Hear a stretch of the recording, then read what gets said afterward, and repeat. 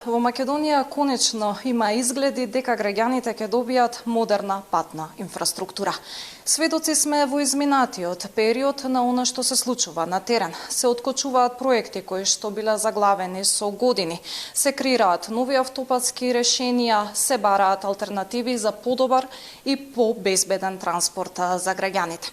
Каде се гради, што се планира, каде има и проблеми, во овие вести разговарам со вице-премиерот и министар за транспорт Александар Николовски. Николовски, пред се ви благодарам за одвоеното време за вестите на Алфа телевизија. Така е, би започнала од она што се случи викендов. Најново го отворивте првиот дел од автопатот Кичево-Охрид. Решение кое што граѓаните го чекаат една деценија.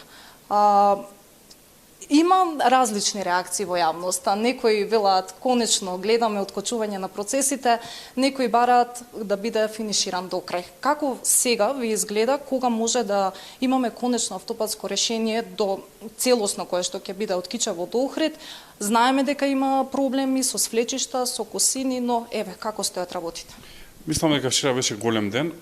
Вчера е ден кој што е метник, е пресечник помеѓу незаинтересираноста, неспособноста и неработењето на претходната влада на СДСМ и посветеноста и работа на оваа влада на ВМРО-ДПМН.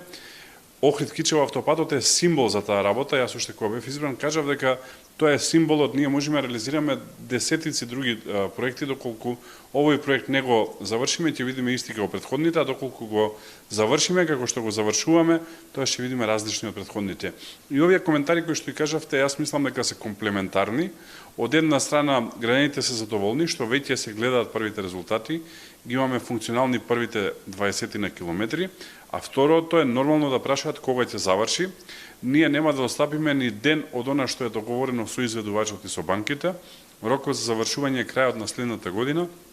И на крајот на следната година целиот автопат во должина од 57 км ќе биде функционален и ќе може да се користи. Во меѓувреме ќе имаме уште една добра вест, некаде на крајот на летото очекуваме дополнителни 7-18 км, тоа е делот од кај Климештани до влезот во Охрид, да биде завршен и да биде ставен во функција, така што ќе има и други добри вести во периодот кој што следи. Сега логично се поставува прашањето каде биле најголемите закочувања во изминатата деценија, со какви најголеми проблеми првично моравте да ги решите за да дојде конечно да гледаме и работници на терен. Јас кажав и во говорот вчера дека мојот говор за проблемите го чувам откако ќе опуштиме автопатот, тоа го кажав од самиот почеток.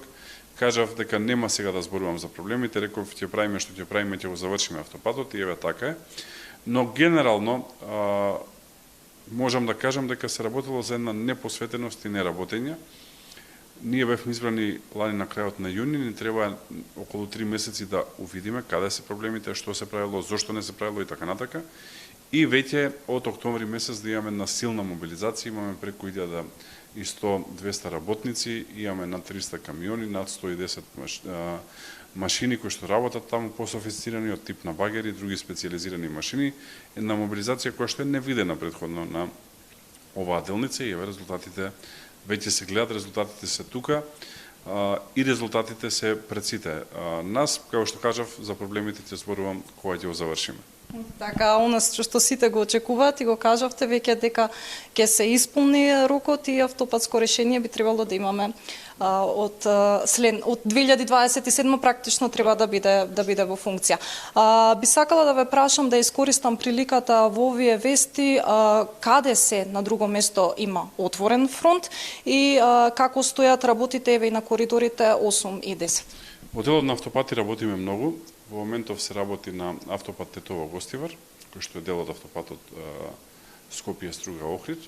Понатака се работи на вториот автопат, исто дел од Скопје-Струга-Охрид, а тоа е автопатот од Гостивар до Бокојчани, популарната стража. Во моментов имаме тендер за делот од Бокојчани до Кичево, значи она што треба да е сврзивно помеѓу едниот автопат и овој автопат за кој што зборувавме претходно. Понатака работиме на автопат од Битола кон Прилеп. Веќе се заврши делот од Градско до Фариш, прво беше Градско Дреново, па потоа Дреново Фариш, тоа е делот Градско Прилеп експресниот пат. Го ставивме во функција делот Куманово Крива Паланка, исто така експресен пат го ставивме во функција делот од Гевгелија до Богданци, така што наистина многу фронтови работиме во делот на автопатската мрежа и резултатите се гледат, ги гледаат граѓаните. Тука е секако и железницата. Во текот на оваа година ќе почнеме со реализација на проектот Градски воз, понатака реконструкција на најбитните делови во делот на товарниот сообраќај и секако за многу брзо време и брзата пруга на коридорот 10, а тука е и работата на коридорот 8, затоа што веќе има одреден прогрес со бугарската страна, доколку тој се потврди, тоаш ќе работиме и на спојување со Бугарија, а интензивно веќе се работи на втората делница, првата од градот Куманово до Бељаковце веќе ја пуштивме во јануари месец, а веќе има на дневна основа меѓуградски воз помеѓу Скопје и Куманово.